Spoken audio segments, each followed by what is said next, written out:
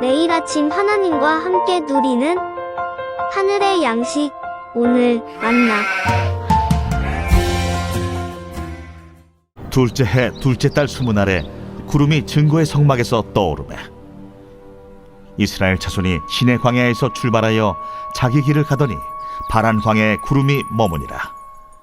이와 같이 그들이 여호와께서 모세에게 명령하신 것을 따라 행진하기를 시작하였는데, 선두로 유다 자손의 진영의 군기에 속한 자들이 그들의 진영별로 행진하였으니, 유다 군대는 암미나답의 아들 나손이 이끌었고, 이사갈 자손 지파의 군대는 수알의 아들 느다넬이 이끌었고, 스불론 자손 지파의 군대는 헬론의 아들 엘리압이 이끌었더라.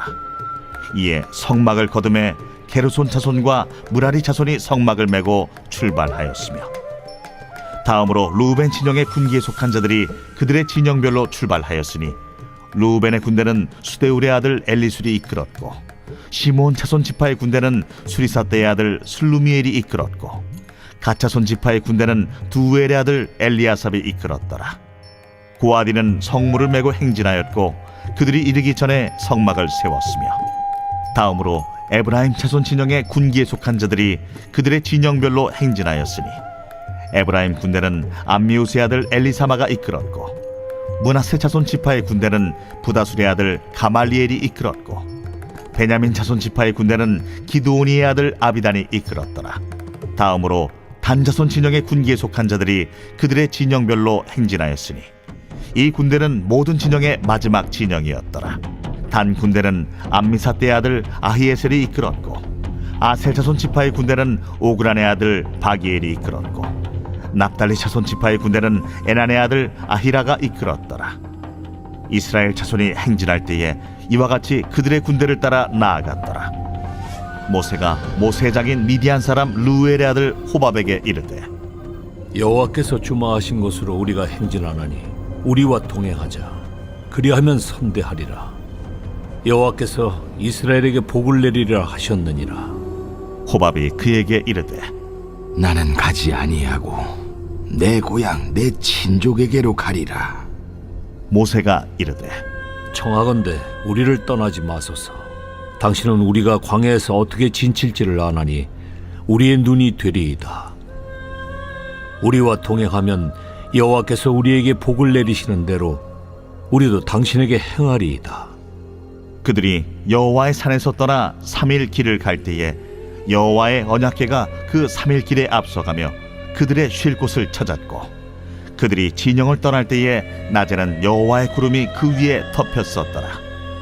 궤가 떠날 때에는 모세가 말하되, 여호와여, 일어나서 주의 대적들을 흩으시고 주를 미워하는 자가 주 앞에서 도망하게 하소서 하였고, 궤가 쉴 때에는 말하되, 여호와여, 이스라엘 종족들에게로 돌아오소서 하였더라.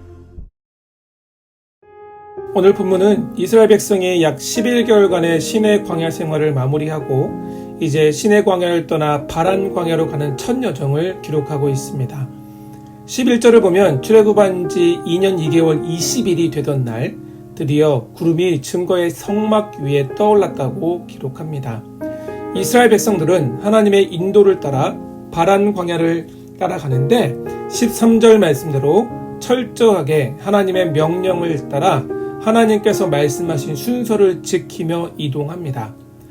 앞서 살펴봤듯이 진을 칠 때도 성막을 중심으로 동서남북 정해주신 장소에 지파별로 머물렀고, 이동할 때 역시 하나님께서 정하신 순서와 질서를 따라 이동합니다.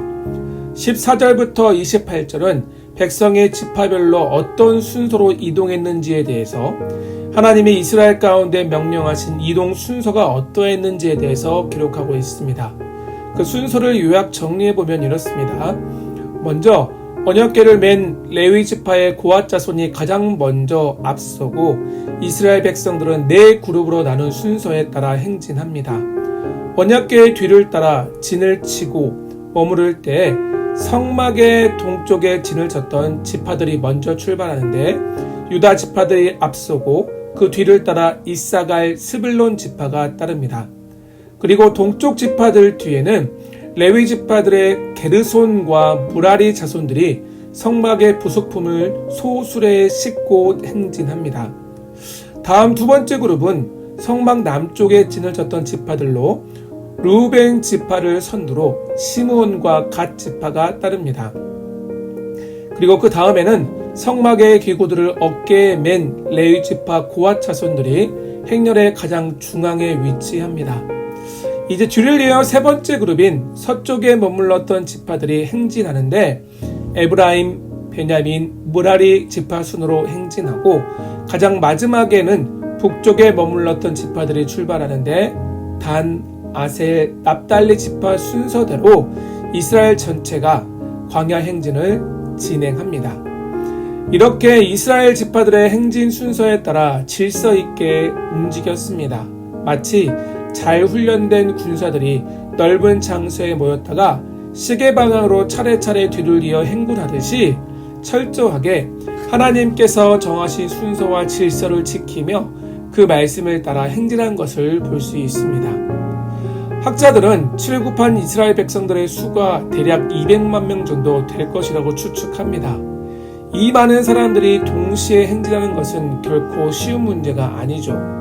그래서 하나님은 모세를 통해 이스라엘 가운데 질서를 명령하셨습니다.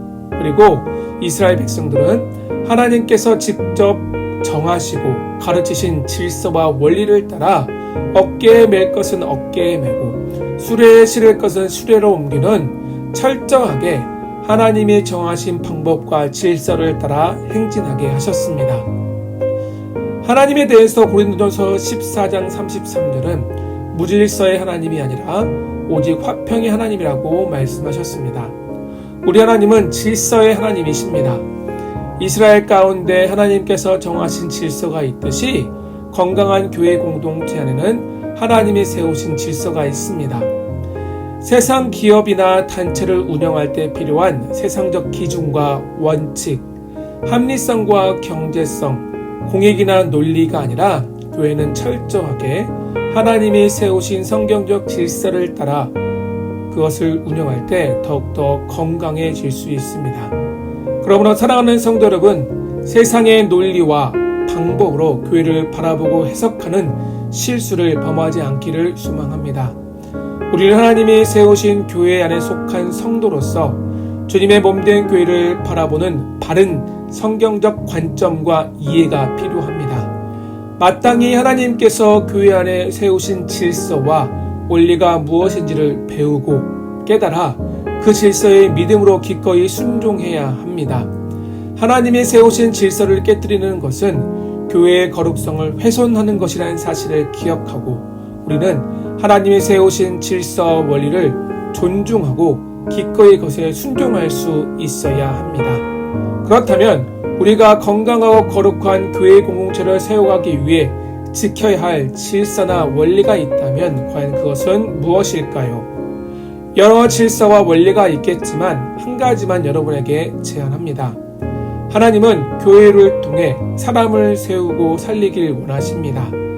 그렇기 때문에 교회는 모든 섬김과 사역을 통해서 한 영혼을 주 안에서 그리스도의 건강한 제자로 세우는 일에 집중해야 합니다.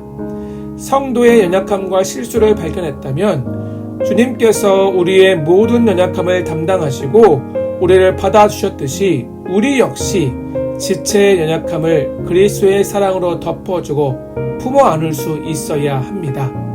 그 영혼을 세우고 살리는 일에 한 마음으로 협력해야 하는 것이죠.